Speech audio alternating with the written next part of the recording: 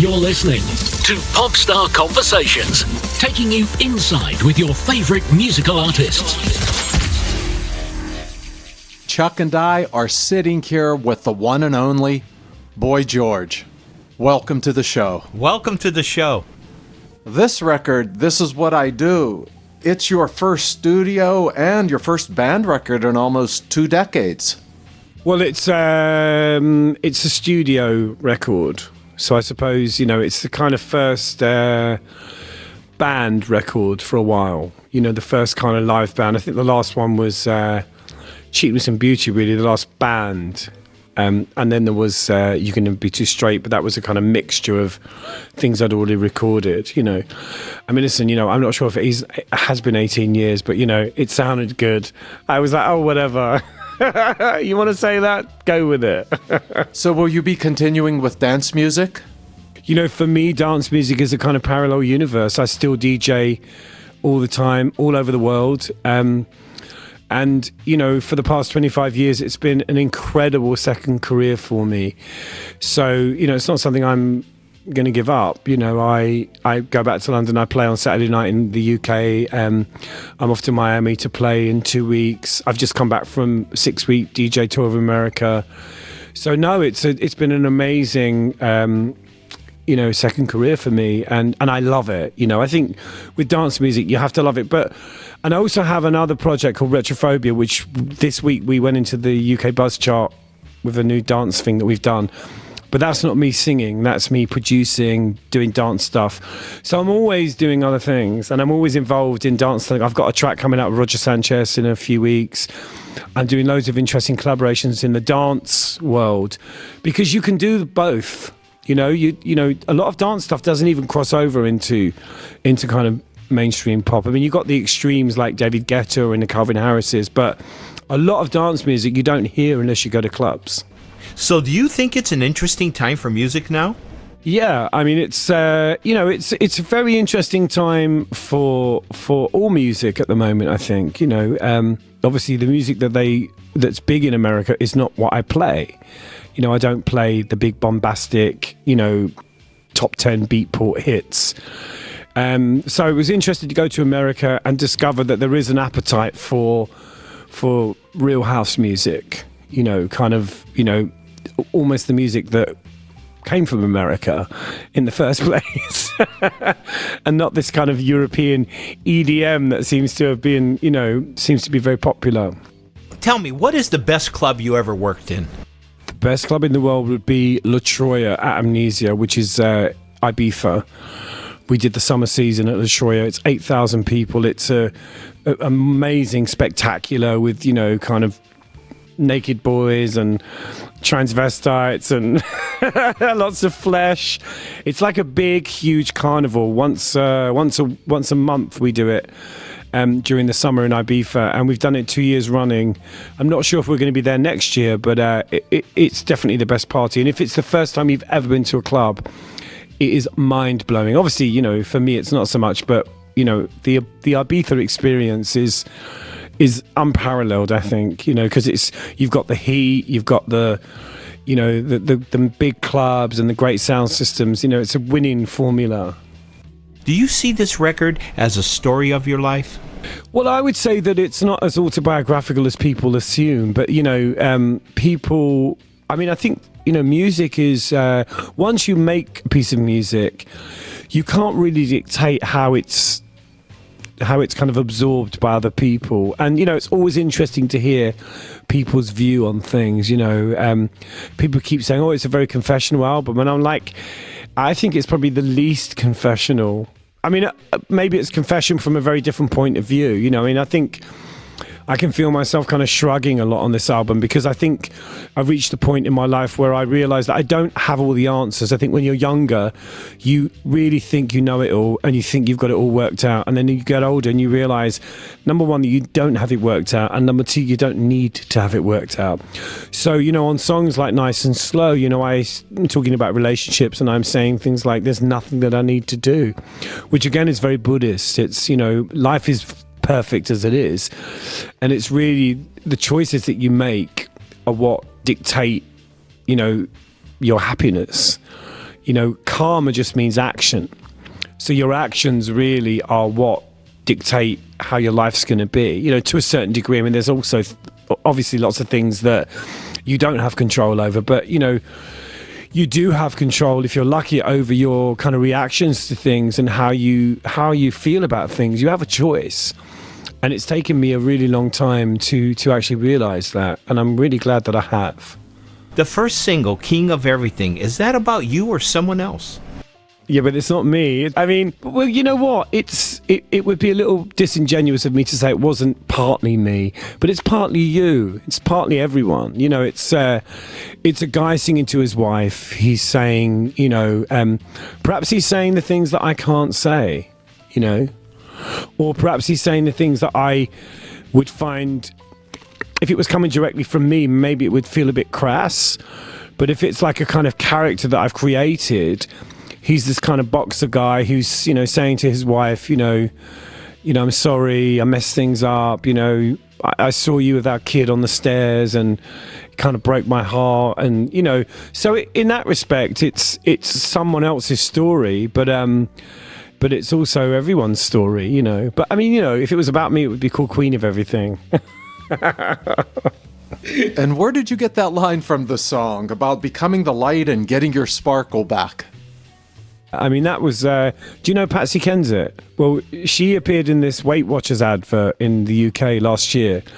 And actually one of the things that she says is, I feel like I've got my sparkle back. And I just loved it. It just really touched me, And I wrote it down, because these days with the iPhone and technology, you don't ever have to lose anything.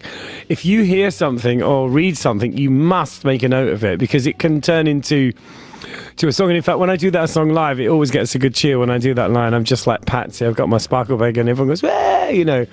But yeah, it's a fun song, and it's a song that's saying, actually, life is kind of beautiful and perfect, and there's nothing really that you need to do. And I have to ask you, why are you referring to yourself as having a Teflon voice? Well, I think that, when I was younger, I used to lose my voice a lot, and I always used to have a lot of problems with my voice. But as I've got older, I've got tougher, and, my voice has more experience, and I do look after my voice more now. I do a lot of vocal, techniques, and, I breathe properly, which I never did. Most pop singers don't breathe properly. So a few years ago, I did some opera training and I learned to kind of breathe properly. Sometimes I forget, but generally I use a lot more breath when I sing, which has enabled me to be much more powerful. And in fact, sometimes live, I often sing better than I do on record. A lot of people have said that the album sounds better live, but then I've kind of left room to do things with the songs live. I've left a lot of room to, I think it's great to, not to kind of completely obliterate a song, but you can kind of do stuff in the moment, that's unexpected, and people kind of like that, as long as you don't completely, get rid of the melody or anything. Since you've lost so much weight, do people still recognize you? I don't get recognized anywhere. I mean, obviously, if I've got makeup on, then people recognize me, but also, there's so much competition out there. There's so many people trying to get attention. I mean, it's I think you have to have a lot more stamina these days if you really want to be noticed. You have to really, really set yourself on fire or something. There's so many celebrities and so many wannabe stars that, in a way, and they're very dedicated. If you look at someone like Gaga, she goes out of her way to be noticed. I mean, it must be hard work. I saw yesterday a picture of her, reenacting Bianca Jagger in the 70s with the white horse. And you just think, my God, it must wear you out. I remember being like that. I remember back in the 80s, there was a period where, what would I call the pinnacle of my excess, where I was in my room working out, what I could do next, how many wigs I could put on my head, how much more makeup I could put on, and it actually is quite tiring. I think at some point, Gaga's going to collapse into a pile of, hair grips and be carted away to the nut house. Who do you think are inspiring the teenagers of today? No, I think for you know, for sort of 14, 15-year-olds, I think it's probably Lady Gaga that's the most kind of, you know, visually exciting thing that people are into right now. But for me, a lot of the most interesting stuff is the kind of rock bands like Alt J and Haim and Deep Valley. I'm always more excited about the kind of guitar bands. This new band, the Orwells, I love them. Yeah, you know, I remember the first time I saw Suede on Top of the Pops. You know, I thought they were brilliant. And I think, you know, for me, it's always the kind of rock bands that kind of get me excited. Including Lemmy from Motorhead. Well, Lemmy's a classic. I was telling a funny story because in the beginning, really early days of Culture Club, we were rehearsing in this place called Nomis. It was a very famous kind of rehearsal place in the UK, in London. And it had long corridors and lots of different rooms. And I was rehearsing with Culture Club and I'd gone out to the toilet. And I come running in with some, you know, piece of kind of mindless gossip. And I ran into this room and it was actually Motorhead. They were rehearsing. And I kind of walked into the room with my dreadlocks and my, you know, whatever. And just stood there and went, oh. And they were like, wrong band. I went, yep.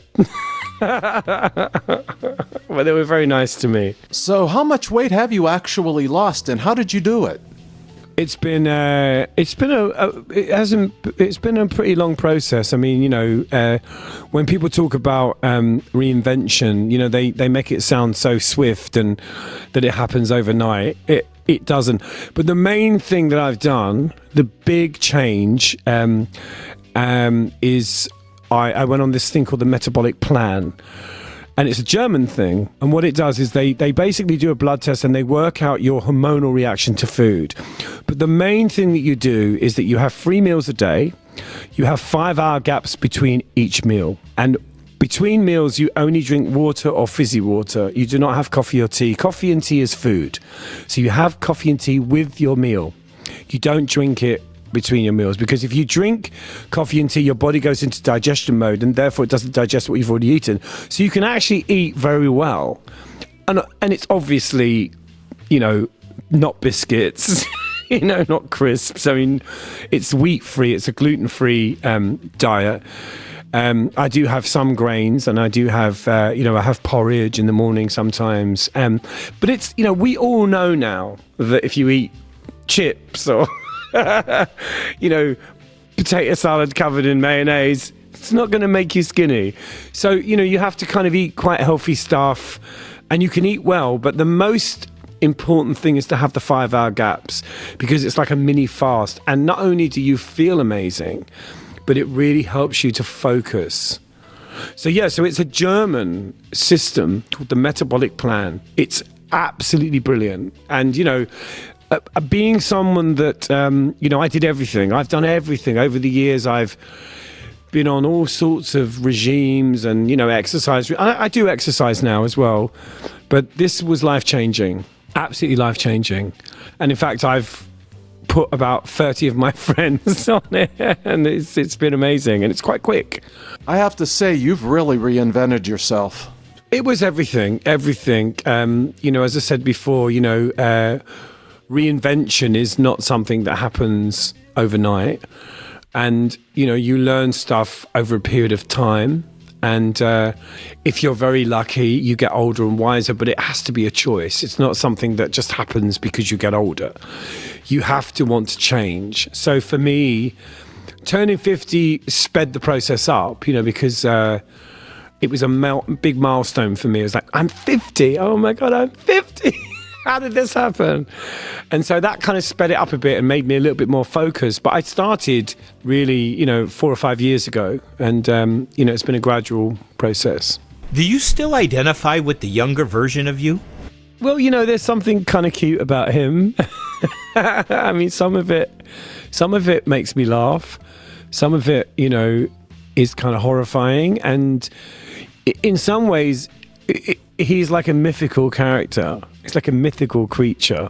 And I do laugh at some of the things that I used to say. I mean, and you know, some of it I think is fabulous. You know, I have kind of lots of different relationships with my past. But I've always been much more interested in now than the past. the past is glorious. It's given me so many opportunities, and I'm very grateful for it. But, to live in the past, what a sad existence if that's what you were doing. And people often say to me, do you miss the 80s? And I'm like, I'd be really sad if I answered yes to that. I mean, I really don't, because I didn't really know who I was then. I have no clue who I was. So no, why would I miss that? Getting back to this record, there seems to be a really strong reggae vibe. Richie, who produced the album, is a kind of reggae head. His father was a very, very respected avant-garde drummer called John Stevens, and he at 16 played with a lot of reggae bands. He's a white guy, but he played with Linton Kwesi Johnson. He's played with Horace Andy. So he has a kind of real reggae kind of history. And when we originally decided to make this record together, we were going to make a reggae album. And then Richie said, you know what? I want it to have a kind of reggae-fied feel, but I don't want to restrict us. We shouldn't restrict ourselves. So we let it be what it wanted to be. We let the songs be what they wanted to be. We are now working on a completely dubbed version of this album. So we're going to be putting out a kind of... we're taking some of the tracks and we're kind of really dubbing them up, and then we're going to add a load of new tracks. And I'm pulling in some of my favourite people to kind of come and do guest appearances. I've spoken to Sinead. I'm after Nina Hagen. And then a few people like Hika Mouse, Linton Kwesi Johnson, Lee Scratch Perry, George Clinton. There's a few. We got quite a bizarre wish list, but it will end up kind of being almost like a new album, but it will be like the kind of the dub version of This Is What I Do. Maybe it's going to be called This Is What I Dub. I don't know, but I'm really excited about it. We're writing songs for it, and it's going to be great. And what about the single Feel the Vibration? Was that more of an emotional or a political statement? I think emotional more than political. I think, I was watching a news report about Syria and Afghanistan, and, you forget, you got kind of people in the UK kind of screaming about gay marriage and, and then you've got people in Syria who literally are fighting for their lives, and it kind of puts things in perspective. I just think, when I was watching that stuff, I just thought, wow, they're so brave to know that, you could to go out on the streets and protest knowing that your own army could shoot you. That is kind of powerful. And also you kind of feel helpless. You think, well, what can I do? What can I do except celebrate that kind of passion? So Feel the Vibration is really about celebrating that kind of bravery of people in those situations, and I think that's what you do as a writer. You kind of reflect things emotionally, So I don't know if it's particularly political, it's emotive. When I did the track, I had this idea to use an Arabic singer, and I wanted to find a particular type of voice, and it took me a while to find someone. And when Nazir came to sing, it was like, this is so bizarre. When he came and sang, it was exactly what I heard. It was incredible. When he came in the studio and just started singing, I was like, oh my God, this is amazing.